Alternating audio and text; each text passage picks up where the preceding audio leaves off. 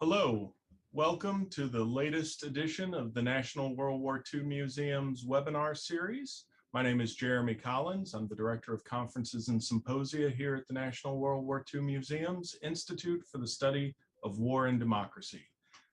Today is a little bit different than what those of you who typically tune in are used to, and that is because we wanted to make sure that we had this conversation on this day, August 6th, which of course is the 76th anniversary of the dropping of the atomic bomb on Hiroshima, which is the culmination of Mr. Barrett's book. To interview us today, to interview Mr. Barrett, we have Dr. Rob Citino, who is the Executive Director of our Institute and also the museum's Samuel Zemurray Stone Senior Historian. So I will be in the background. Please put your comments or your questions in the Facebook feed or the Zoom Q&A box, and we will get to as many as we can. But now, Rob, the floor is yours. Thank you. Thanks so much, Jeremy. It's good to be here today on August 6th, which of course is the 76th anniversary of the dropping of the first atomic bomb, the one on Hiroshima, another anniversary coming up in a few more days. And we're really fortunate today to have an authority on this topic. His name is Dean Barrett. Dave, military historian who specializes in the Second World War. He's been published all over the place. World War II Quarterly Global War Studies. He's been a consultant for the documentary Heroes of the Sky, The Real Mighty Eighth, which aired in 2020.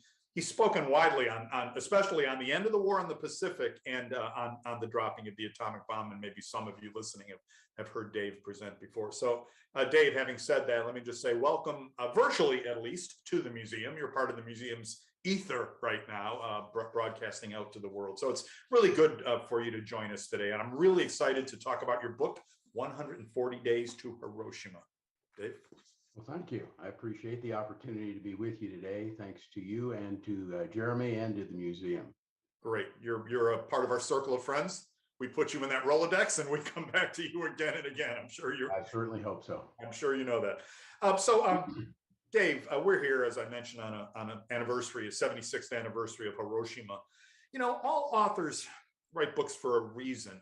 Why did you write this one? And if I may add, why now? How does this book differ? There certainly have been a few books written on this topic in the past. How would you say yours differs to some of the others?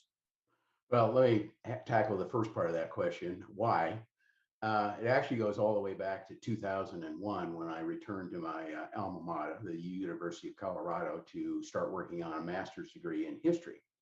And one of the first classes I took was historiography. And one of the very first essay that I chose to write about was the decision to drop the atomic bomb on Japan during World War II. After writing it, I kind of walked away with, well, there's been a ton of material that's been written about this topic, and I don't really need to do anything more. That lasted for, I don't know, about a year and a half or so. And then I happened to be visiting the Truman Museum in Independence, Missouri, the Truman Library. Mm-hmm. And I don't remember whether it was in a separate room from his White House or the Oval Office, but there was a room that was referred to as the map room. And on the wall was this absolutely huge map of the invasion that never was going to be anyway, of Operation Downfall in its two phases, Olympic and Coronet. And I had become aware, obviously, of the invasion as a result of the essay that I'd written, but I didn't get into the invasion in any great detail. When I got back home, I was super interested, and one of the first books that I picked up was Rich Frank's book, Downfall. Which another good friend of the museum. Yes, absolutely, and a friend of mine as well. He actually vetted my book for me, along with Dennis John Greco. Anyway, that was one of the first books I read. It turned out that became like almost a 15+ year period of research for me working on this book. Not that it was nonstop the entire time, but that's ultimately what led to the creation of 140 Days to Hiroshima. How is it different? Well, how is it different? I focus on the leadership in both Japan and in Washington during the final roughly 4.5 months of the war. And there is a wealth of information out there in terms of what these guys were dealing with in terms of decisions, what the structure of their governments were like, and the dialogue actually that these guys were actually talking about during these meetings during these fateful months. And that's the focus. I use probably more dialogue associated with a nonfiction narrative than the vast majority of books that you would see. And I find that probably the most compelling evidence of what actually took place, how the decisions were made, and who's responsible, frankly, for those decisions. The thing that I'm always most interested in when I get an author in this kind of situation, I like to talk about periodization of your books. I've written a few myself, and I spend a lot of time on when should I begin and when should this book end? And your book has the periodization in the title, 140 Days to Hiroshima. May I ask, how did you come up with this roughly 4.5 months, as you put it, time frame? I may say to our listeners, I recently read a book by journalist Chris Wallace, and he used 116 days to Hiroshima as sort of his periodization. And I'm just curious as to 140 and the origins of that number. Okay. Well, first of all, I guess I would say in terms of 140 days, the idea behind that is to provide a countdown to the critical events during this leading up to the dropping of the atomic bomb. And by the way, I should say, even though the title says 140 days, the reality of it is that there's a countdown to Hiroshima, or Hiroshima as you pronounce it. There's a countdown to that, but that's not the end of the book. That's actually anticlimactic in this particular case. There are 9 more days after Hiroshima is attacked before the Japanese ultimately surrender. So I actually begin a countdown up the other way. In terms of the periodization, as you put it, the countdown actually begins on the 19th of March of 1945, and that's the day that Hirohito visits the ruins of his capital, 9 days after an attack that occurred on the 9th and 10th of March 1945.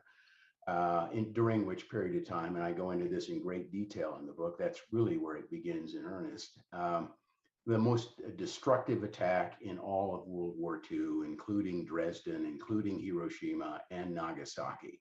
Approximately 84,000 people are killed during that night. A quarter of the city, 16 square miles, are flattened basically. 261,000 homes and buildings are destroyed. So that's where the actual start of it begins.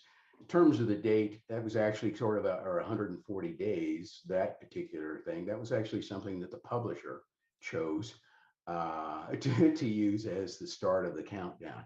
But it really frames around primarily, as I said just a few moments ago, around the leadership in the United States and Japan. And as it turns out, it occurs at almost the exact same time, frankly, in early April. The new government is formed, Prime Minister Kantaro Suzuki on April 7th of 1945, and Truman takes over from FDR on April 12th of 1945 after Roosevelt's death.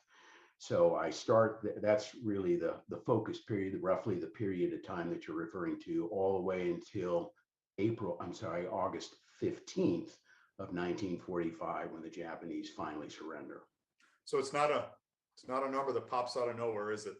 No, it's not. Authors give this a great deal of thought. I'm always struck by how we sit around, we think about that a lot. Sometimes the readers, it's just the title of the book, but it's interesting to hear you kind of parse that out in detail like that. If you will, then, Dave, let's start the discussion at the start of that period.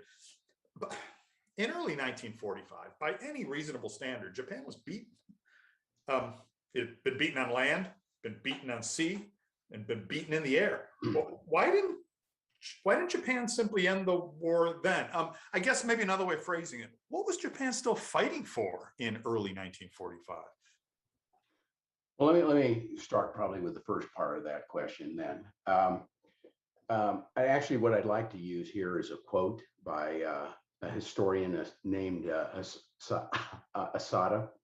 Mm-hmm. His quote is a fairly famous one. His quote basically says, "In both the United States and Japan, it is often argued that Japan was virtually a defeated nation in August of 1945, and thus the atomic bombs were not necessary. This argument confuses defeat with surrender. Defeat is a military fait accompli, whereas surrender is the formal acceptance of defeat by a nation's leaders, an act of decision-making. After the loss of Saipan in early July 1944 brought Japan within range of B-29 bombers, its defeat had become certain, and Japan's leaders knew this. But because its government machinery was to a large extent controlled by the military and hampered by a cumbersome system that required unanimity of views for any decision, Japanese leaders had failed to translate defeat into surrender. So why were they continuing to fight? Well, the Japanese military, who were in control of their government, basically a small group of men known as the Big Six or the Supreme Council at the direction of war, essentially a superset of the Prime Minister's cabinet, were the guys who were running the country, effectively in military oligarchy.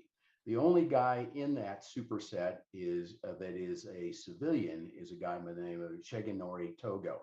Everybody else is military, including, you would say, the Prime Minister, who was a former Admiral, Kantaro Suzuki. That group believed basically that when the United States, and they certainly knew that by then the United States was about to invade Japan proper, they believed that they could create enough casualties, horrific casualties, basically for the United States, which was going to be, even though the British were going to be part of the Allied invasion, it was still predominantly an American invasion.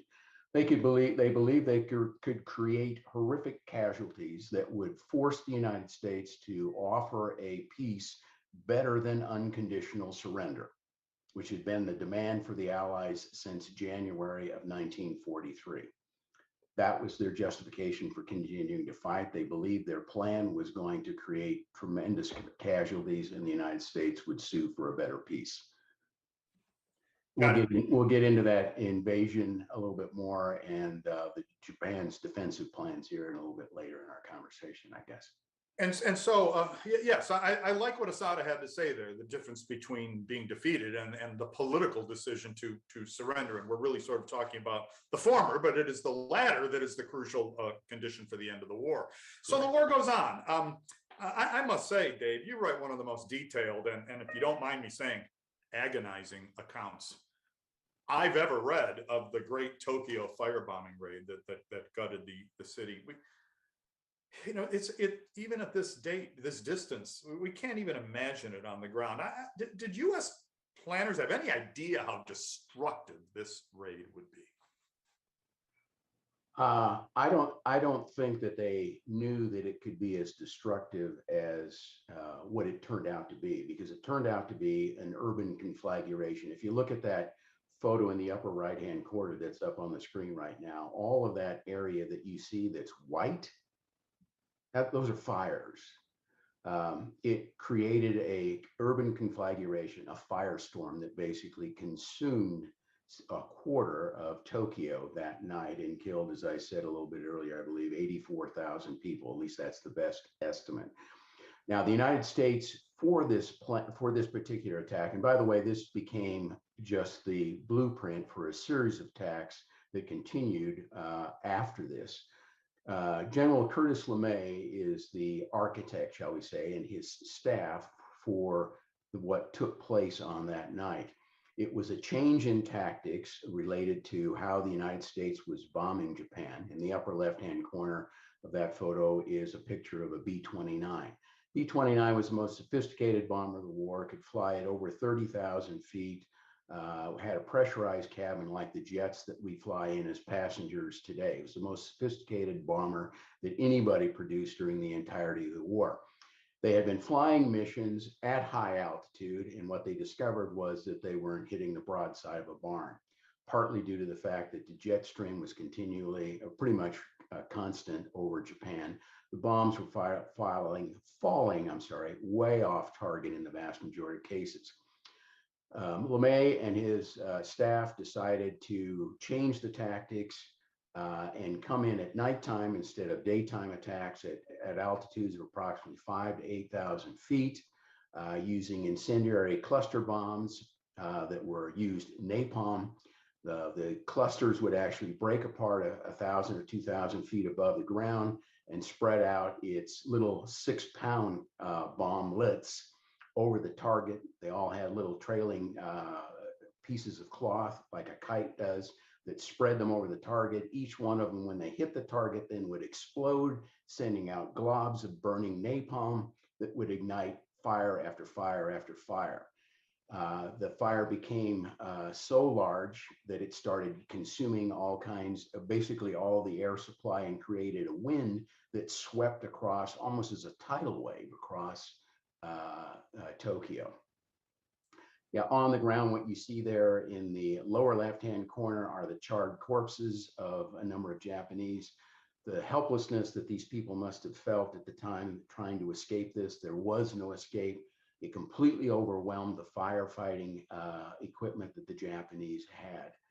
And then finally, in the lower right-hand corner is that photograph of Hirohito. On the far right of that lower left of that photograph is Hirohito walking through those ruins, 9 days after the attack. So we have the Japanese people now realizing the sort of inheriting the whirlwind that they had set up when they decided to launch war in Asia, and that the suffering is immense. Let's rise, if you don't mind, Dave, to the level of the leadership on both sides. Let's talk about American leadership for starters here. You've already alluded to the fact that there's new men on the scene, and especially a new president. How do you rate Truman in terms of his presidential decisions, in terms of his firmness of character? How do you rate him as a president and a man in this period? Okay. Well, first let's talk about who those leaders are that you see on the screen, and then I'll get to my comments about Truman. So in the upper left, is Truman. In the middle is James Burns, Secretary of State. To his right is James Forrestal, Secretary of the Navy. The lower left is Secretary of War Henry Stimson. In the middle is William Leahy, probably Truman's closest advisor, had been FDR's closest advisor as well. And then in the lower right is George Marshall, head of the Army. So Truman is often depicted by revisionist historians in particular as weak and inexperienced and easily manipulated during this period of time. I don't subscribe to that theory or belief in any way, shape, or form. Truman had actually spent a considerable amount of time in the National Guard in the state of Missouri, and during World War I, commanded a battery that fired 1,000 rounds a minute from his battery during the Meuse-Argonne offensive. He stayed in the National Guard for most of the time after World War I, even though we obviously cut down the size of our, of our military substantially after the war, all the way up until the time that he was elected senator. He was a participant rising to the rank of colonel. He got to know many of the American military leaders in the Army during the course of that period of time. He actually volunteered after he was elected in 1936 to the Senate to join the American military once the war began. FDR decided that he preferred his congressmen and senators to stay in the Congress or Senate, and so he did. During the course of the war, Senator Truman became head of arguably the most powerful, or the best run, I guess, Senate committee that was overseeing the government spending related to the military during the course of the war. And by many estimates, he probably saved somewhere in the neighborhood of $10 to $15 billion for the government during that period of time. In today's dollars, it would be over 10 times those kinds of numbers. He left that committee that became ultimately known as the Truman Committee in 1944 to become the vice presidential nominee. By that point in time, he had become so well known that that was a major reason why he was tabbed to become vice president of for FDR during the 1944 election that fall. During the first roughly 4 months of his presidency, you would probably have to say that he may very well have faced more difficult decisions than any president in the history of the United States, and led the country very well during that period of time. He was not someone who was easily manipulated. One of the famous sayings associated with Truman is "the buck stops here." He was more than willing and capable of making his own decisions. It is true that he did not have much information relative to what was going on either politically or militarily during the time that he was vice president under FDR. FDR did virtually nothing to bring him into what was going on at that point in time. But Truman is known for having a very strong work ethic and being a voracious reader. And once he took over as president, he rapidly got up to speed. He took advantage of the people that you see and others on this slide in terms of listening to what their comments were. But as I said a moment ago, he was more than willing to make decisions once it came time to do so. So a good portrait there of Harry Truman, this president who was maligned at the time and just continues to get more popular today. It's interesting. He does. The reputation arc of Harry Truman. Let's slip over to the other side, if you don't mind, Dave, the Japanese leadership. I will tell our viewers, Dave's book spends a lot of time talking about figures like the Japanese Prime Minister Suzuki, the fire-breathing war minister Anami, and of course, the emperor. Dave, you also call Japanese late war leadership dysfunctional at one point in this book, and I wonder if you could elaborate on that point of view for our viewers. So let me define the guys on screen real quick, and then we'll get to that question. So in the upper left is Hirohito. In the middle is Kantaro Suzuki. Next to him is, as you put it, the fire-breathing Korechika Anami. In the lower left is General Imuzu. To his right is Admiral Toyota. To his right is Admiral Yone. And to his right is the only civilian member of the Big Six. Hirohito is not part of the Big Six. And that is Shigenori Togo. He was the foreign minister, the only civilian in that group. So we're looking, if I may break in real quick, Dave. Absolutely, go ahead. This is the Big Six? These are the Big Six? This is the Big Six. Thank you. Yes, the superset of the cabinet.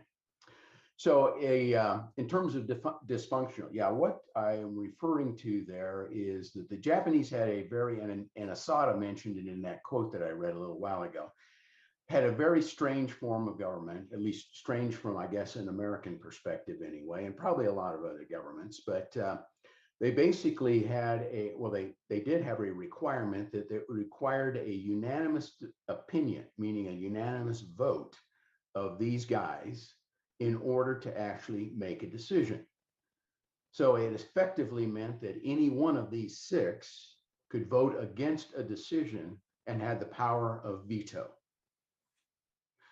Well, that obviously meant that any one of these guys obviously could derail any sort of decision that they didn't particularly like. And when you got it controlled by a bunch of military guys in the first place, then you can obviously bet or guess based on what you'd already seen in terms of the history of the war up until then, that they were going to be making decisions that were military based and not civilian based or politically based in many cases.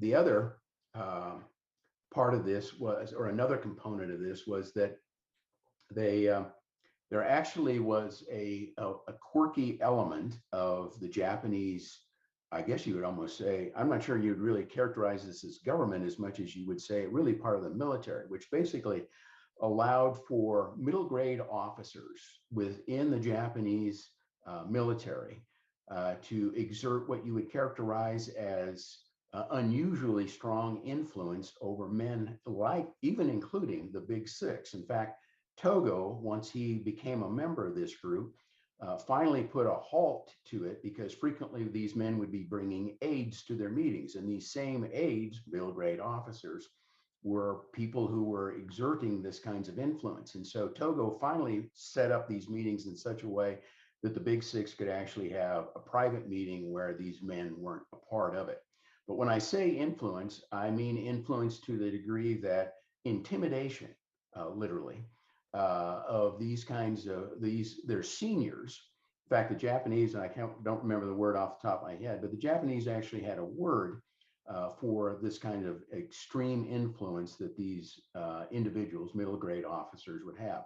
And as an example of what I mean by that is in the roughly 27 years leading up to the beginning of World War II, I'm sorry, at least when the Japanese got involved, 1937 with their attack on the Chinese, beginning war there.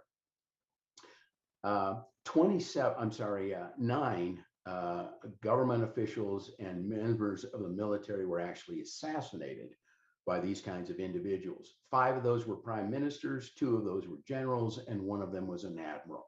In fact, Suzuki in the middle of the top there was actually a target for that in 1936 and was actually shot in the head, in the shoulder, and in the abdomen. Somehow managed to miraculously survive it.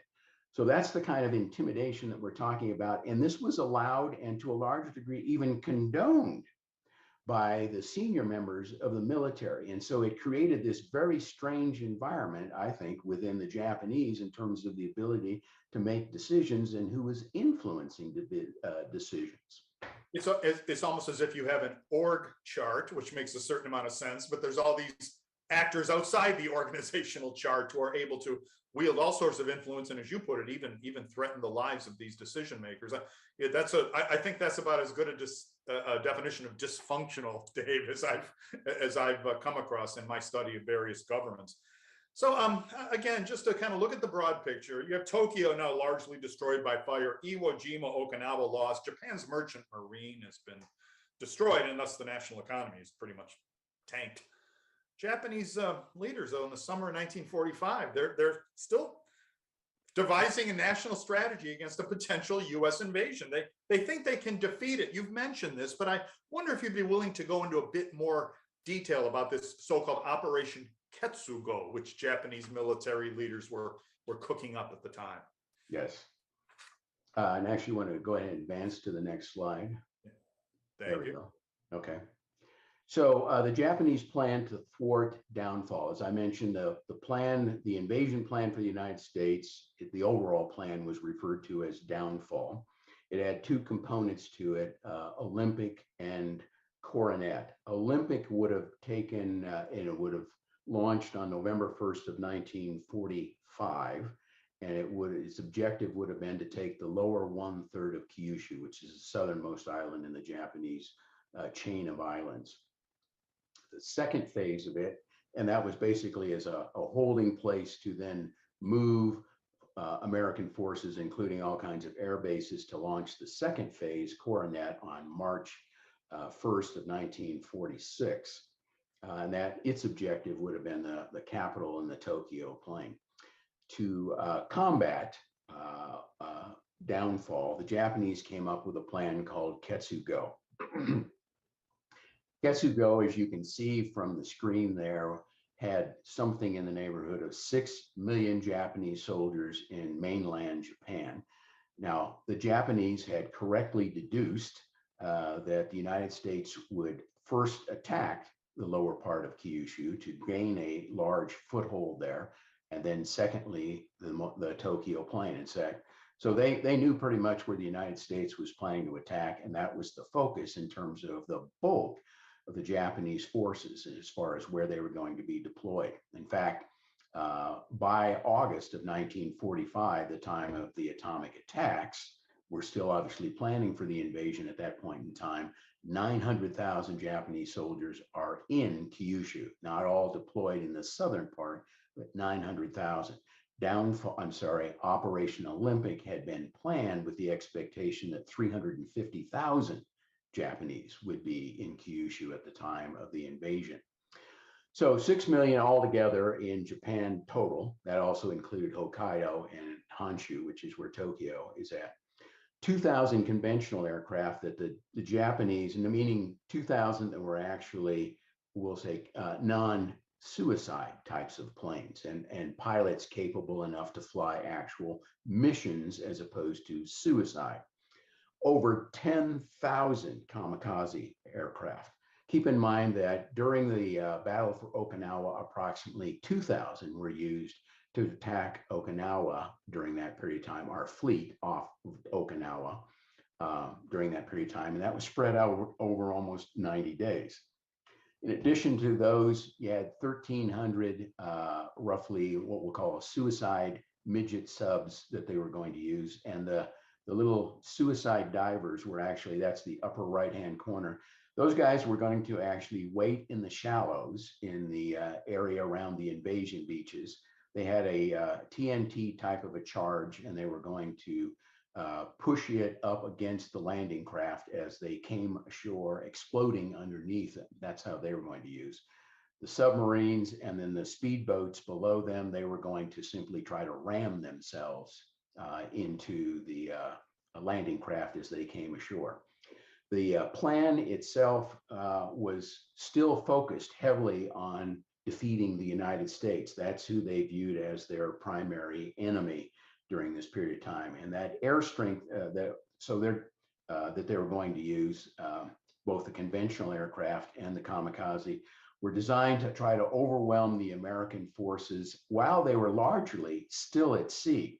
In fact, during the first few hours, they believed that they could launch between suicide aircraft that the Army and Navy had 2.5 times, around 5,000 kamikazes against the American fleet in roughly a few hours, completely overwhelming the American fleet in the process of doing that and destroying substantial amounts of it before it even got ashore. And by the way, that suicide aircraft even included wood planes that they had used and proven that they could hit American ships with.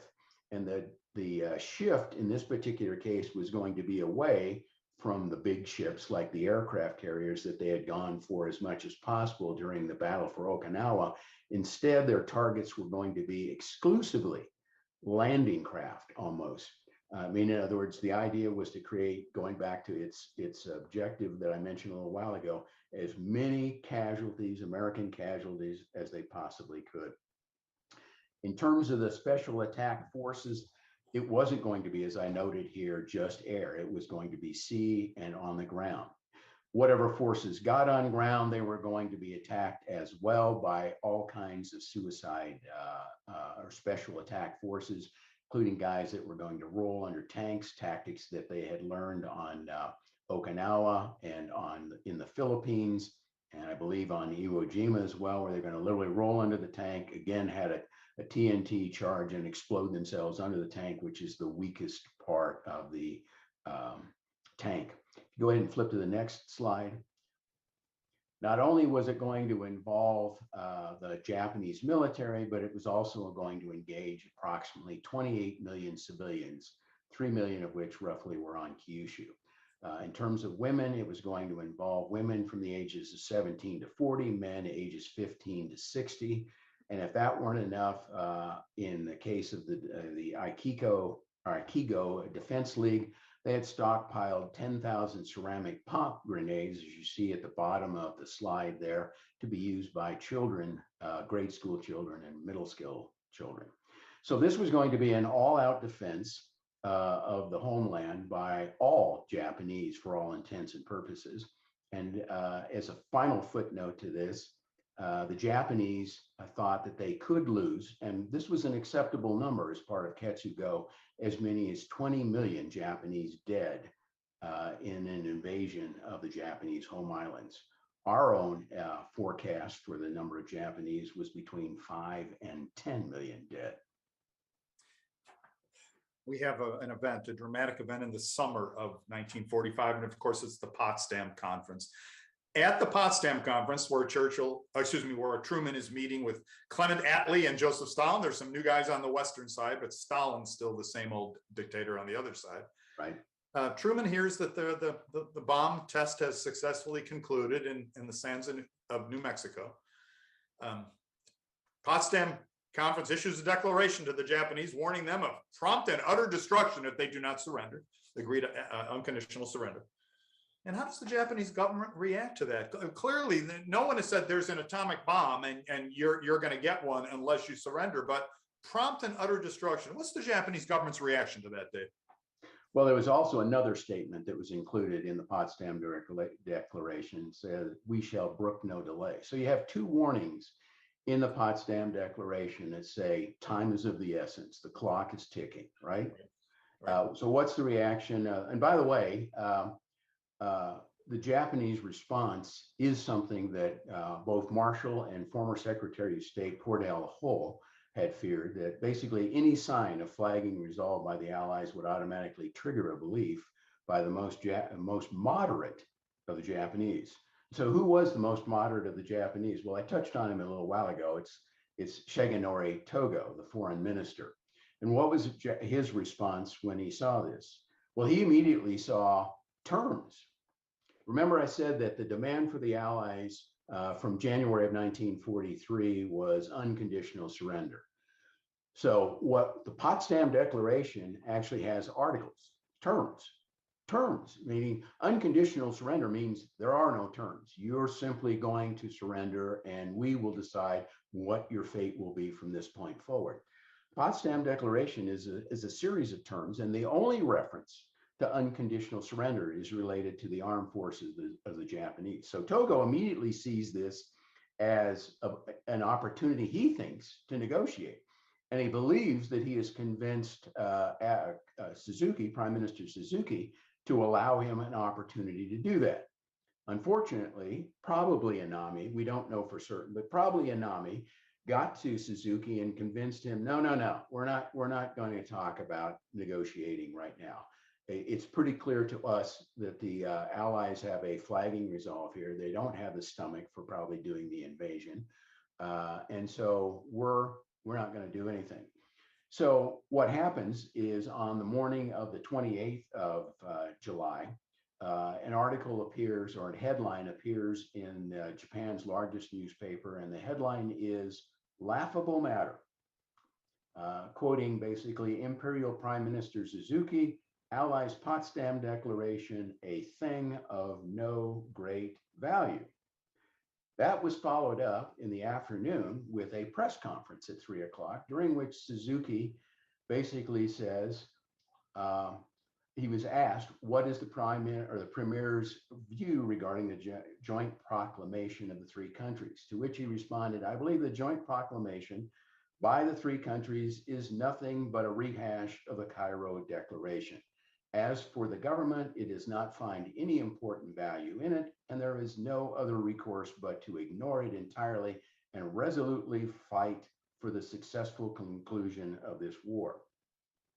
The word he actually used is mokusatsu, and what it means is to ignore it entirely.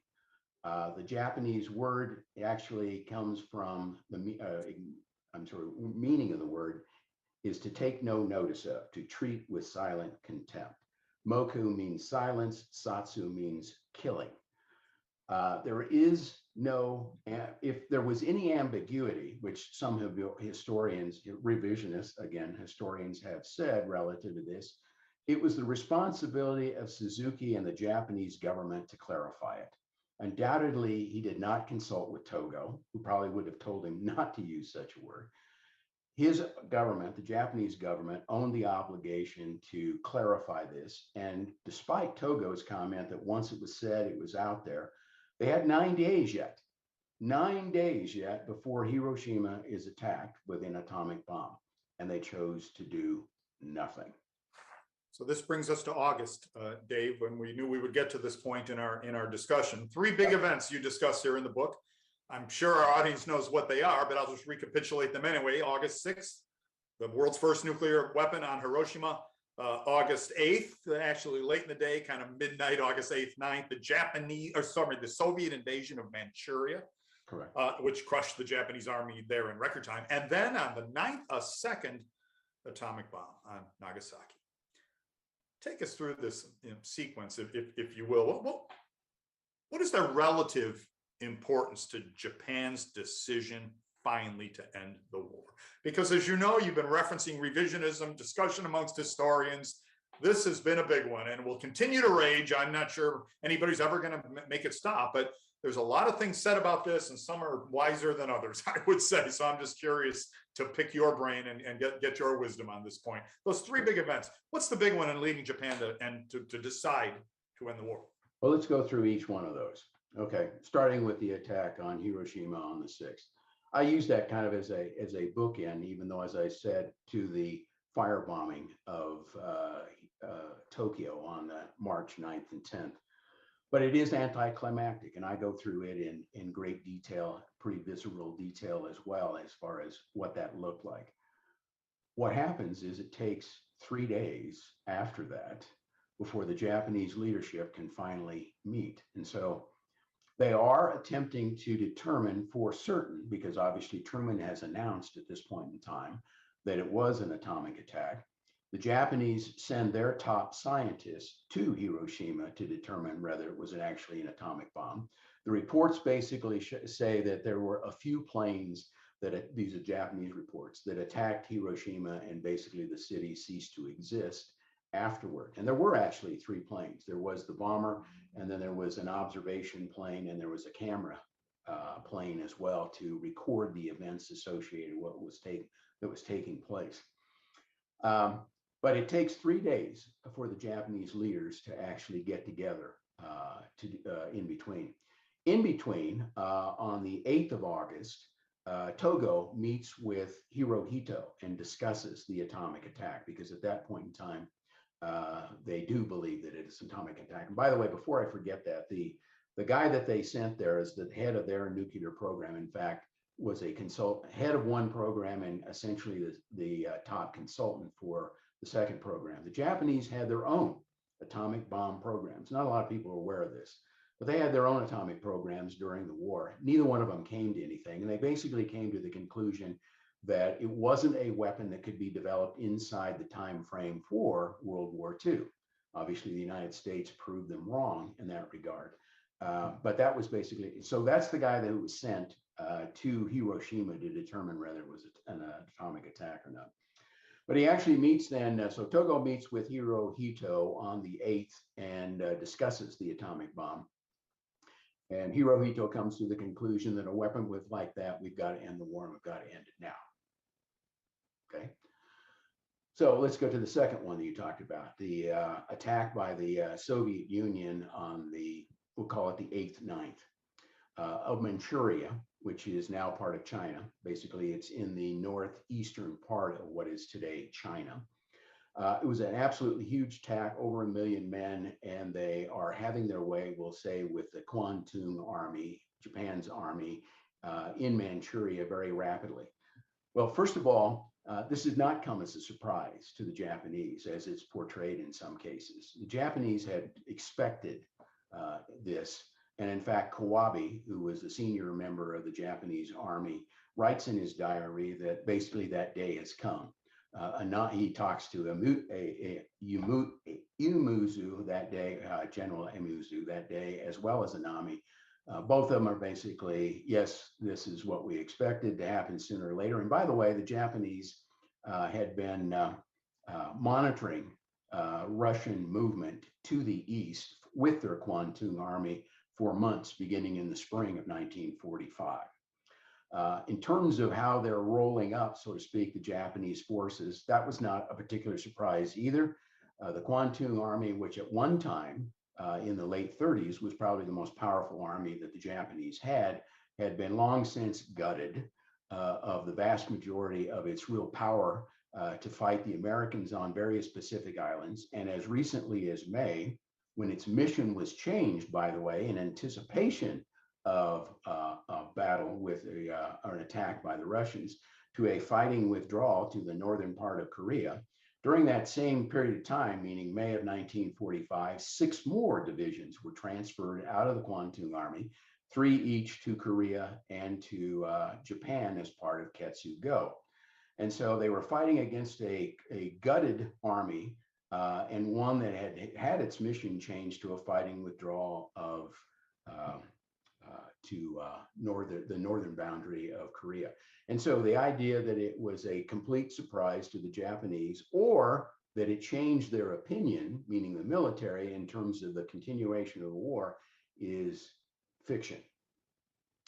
Now let's get to, oh, I'm sorry, you look like I just want to, this is crucial, I think. Sure.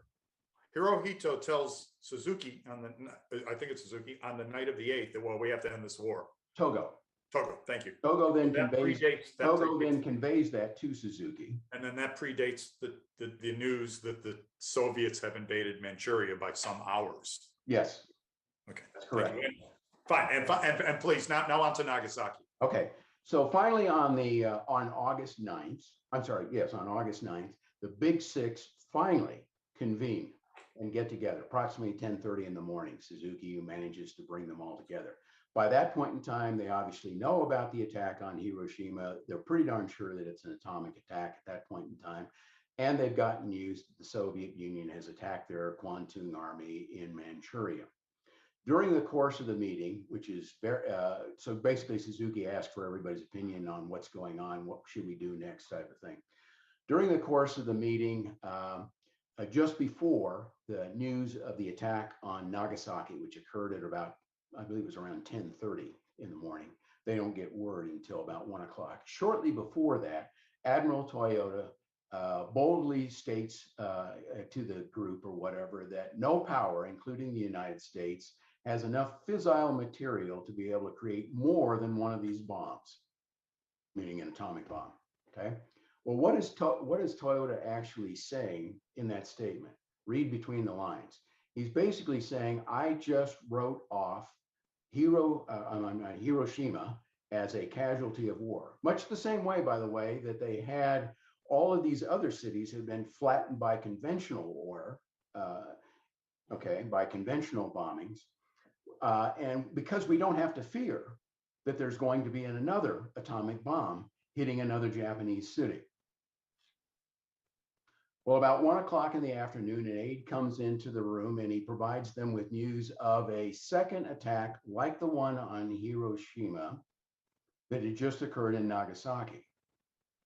Well, that basically just proves to the Japanese, and that's why it becomes actually really important, the second bomb, proves to the Japanese that the United States is capable of producing more than one of these bombs. We might have a warehouse full. We might have a warehouse full. And it really impresses, at least according to his post-war account, Suzuki, who says to himself or thinks to himself, the United States may not invade if they have a bomb that's this superior.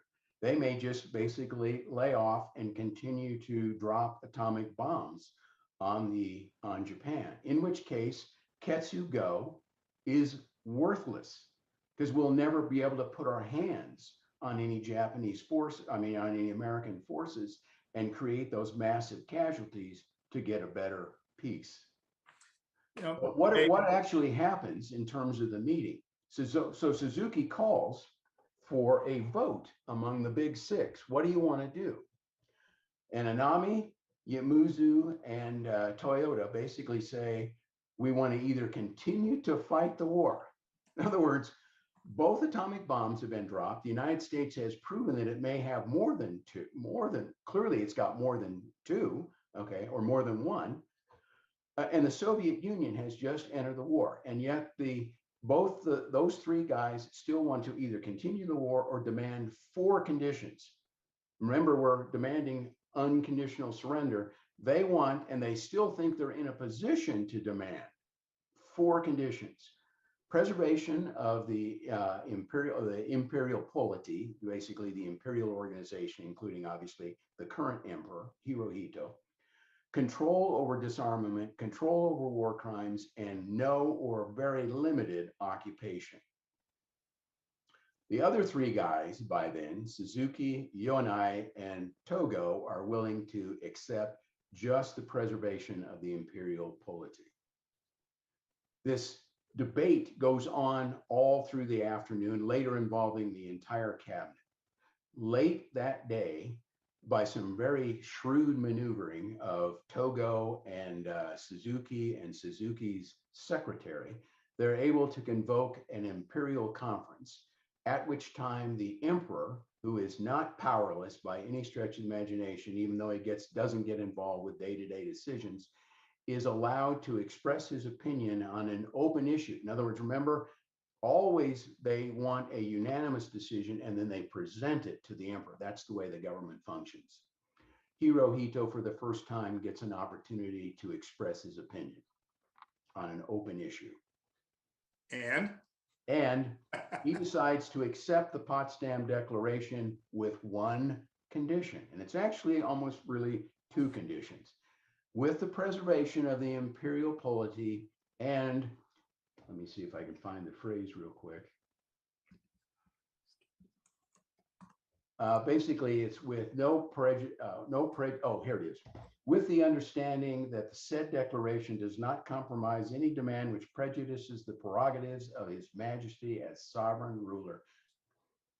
What does that really mean? It means that the emperor preserves power, real power, and control of the government of Japan, which means that the United States will have just fought for 3.5 years and accomplished nothing, because they could still have the same type of government that took them into an aggressive war against the world in 1941. It's an amazing, it's an amazing story, Dave. We're going to move over right now to the Q&A because we want to let our audience have their way with you for a brief. Okay, all right. The best questions always come from our audience. It's just, this book describes a country being destroyed while its military leaders desperately maneuver to save themselves. That would be Right. my take. Save themselves. Yeah. Yes, because that was really their focus. It was to preserve themselves. They didn't care how many Japanese civilians or their military died in preservation of that system. So we have a question from a Facebook question from Mark Steven Schwartz. Dave, he'd like to know, would you please discuss why Tokyo wasn't selected to be the first target of the atomic bomb? Okay. The actual reason for that, and the United States actually preserved, I think it was about 5 or 6 cities, Hiroshima and Nagasaki among those. Kokura, I believe it was another one, but they ultimately took it off the list because it was kind of it was the former capital of Tokyo, and there was a lot of historical value associated with it. But the real answer to your question is they actually wanted to see what the effects were, and they wanted to show what the effects of an atomic bomb would be on a preserved, for all intents and purposes, city. If they had dropped it on Tokyo, as you asked, Tokyo actually, not only was it firebombed on the night of March 9th and 10th, it was actually attacked, I think it was about a half a dozen more times after that. And so you would not have seen the complete effect of an atomic bomb in terms of its ability to destroy a city.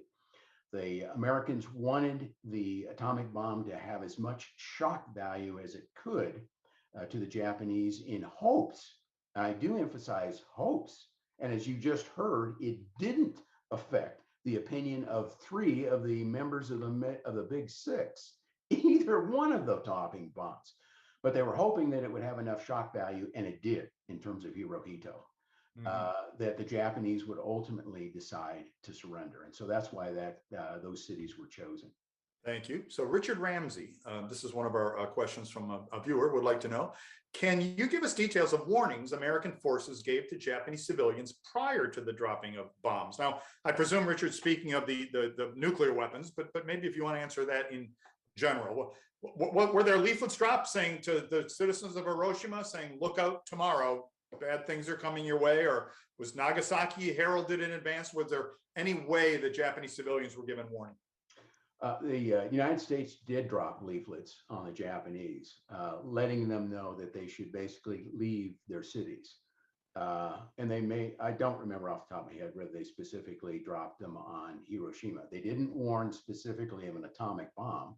They simply said that your cities are liable to be attacked and that you should leave. And in fact, and it actually goes to the conventional bombing. And even at the time of the Tokyo attack, there were vast numbers of Japanese who were starting to leave the cities for the countryside to flee the bombing. There was so much war industry associated with Tokyo that obviously an awful lot of them were still there. And then the United States attacked a very dense area of Tokyo during that particular attack. But the Japanese were in fact leaving. And in fact, it was also causing a huge amount of problems for the Japanese war industry because they were losing all of these workers moving to the countryside. But yeah, the United States did drop leaflets on the Japanese, warning them to leave the cities, but it was not highly specific, frankly, as you can imagine. They didn't want to be too specific in terms of the targets because they didn't want to put American crews who were going to be conducting those raids at risk for either kamikaze Japanese planes attempting to attack them that way, or flak, albeit flying at the altitudes that they did for both of the atomic attacks, around just under 31,000 feet. I don't think there were any Japanese fighters that could actually reach that high, and I'm not even sure if Japanese flak could have reached that high either. But so that's the answer to the question. Here's a good one from Steve King, Dave, and I know you've dealt with this one in the past. Please comment on the widespread belief among many historians that the dropping the atomic bomb was aimed more at warning off the Soviets than at getting the Japanese to surrender. So in other words, political weapons used for the post-war environment to let the Soviets know not to mess with us in Asia, I guess is the way most historians put it. I wonder if you're willing to address that. I'm certain this isn't the first time you've been asked that question. No. Yeah, and a lot of that tends to be focused in terms of that comment related to James Burns and supposedly his influence on the Japanese, on Truman, relative to the decision to use the atomic bomb as essentially atomic diplomacy. Well, first of all, Potsdam was a situation where the Russians played their hand well, and they were in the strongest position, and the United States or the Allies weren't able to force Stalin into doing many of the things in Europe they would like to. In the case of Japan, obviously the United States had a much stronger hand. But relative to Burns and that comment and its influence on Truman relative to forcing or convincing him to use the atomic bomb, one of the things that I was about to get to but didn't was that once the Japanese sent their conditions about surrender to the United States, Truman immediately called for a meeting of his top guys. And one of those guys obviously included James Burns. There were a number, Forrestal and Leahy both wanted to accept the Japanese terms, including the proviso for the emperor, basically as is. Burns stood out against that. And he ultimately caused there to be two conditions that the Allies sent back, which sent the Japanese into turmoil again about how they were going to treat the emperor as part of the surrender process. By doing so, he potentially caused the war to go on, which meant that the Soviet position, because you just pointed out, or we just talked about the fact that they had invaded in Manchuria, right? The longer the war went on, the greater potential that the Soviets would have a greater say in what the post-war situation looked like in Japan, okay? And so Burns was really actually risking that whole thing playing out by adding the two provisos that we sent back to the Japanese. And so this notion that he was manipulating Truman into ending the war quickly by dropping the atomic bombs doesn't wash with that. Does that make sense? It makes perfect sense. Thank you, Dave. Sure. We have one last question, and I'm going to take a kind of a moderator's privilege right now. Sure. You talk about whether the bomb was used to deter the Soviets or whether it was actually used to end the war. There's just a bigger controversy about the U.S. decision to drop the bomb, Dave, and you know that you've had to address it before. So I'll let you have your say here in the next minute or two, if you would. Okay. Given the historical situation at the time, was dropping the atomic bomb the logical or right thing to do? I believe it was. There were no, we'll say, good decisions that you'd like to have to make. But in terms of using the atomic bomb, I am absolutely convinced that the war ended much faster than it would have otherwise.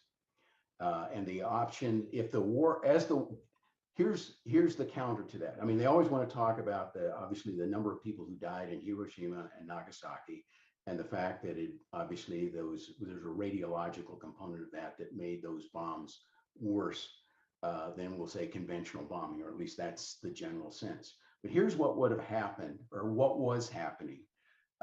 if the war had continued and we hadn't used the atomic bomb. Japanese were dying, would have continued to die as a result of conventional blockade and bombardment. In other words, the conventional bombing that we were already doing. And by the way, to put that into very quickly perspective, we were at a point where we could deliver in 1 month the same amount of conventional bombs that we had delivered in the previous 5 months. That's how much we had ramped up. This is irrespective of the atomic bombs, conventional bombing, okay? Secondly, you would have had people dying of disease and starvation as well during this period of time, and exposure because they were being dehoused. Outside of the Japanese themselves, we were dealing with American Allied, both civilian and military POWs, who were the military being subjected to a Japanese kill order from August of 1944, meaning that they could have been, as they were taken, those areas were reoccupied by Allied forces, the Japanese were going to kill them in advance so that they couldn't be repatriated. And then you had the people in the what is referred to as Japan's East Asia co-prosperity sphere, who were dying at a rate on the low side of 100,000 a month for every month the war continued. This is in East Asia and the Pacific Islands that were under occupation by the Japanese still at that point in time.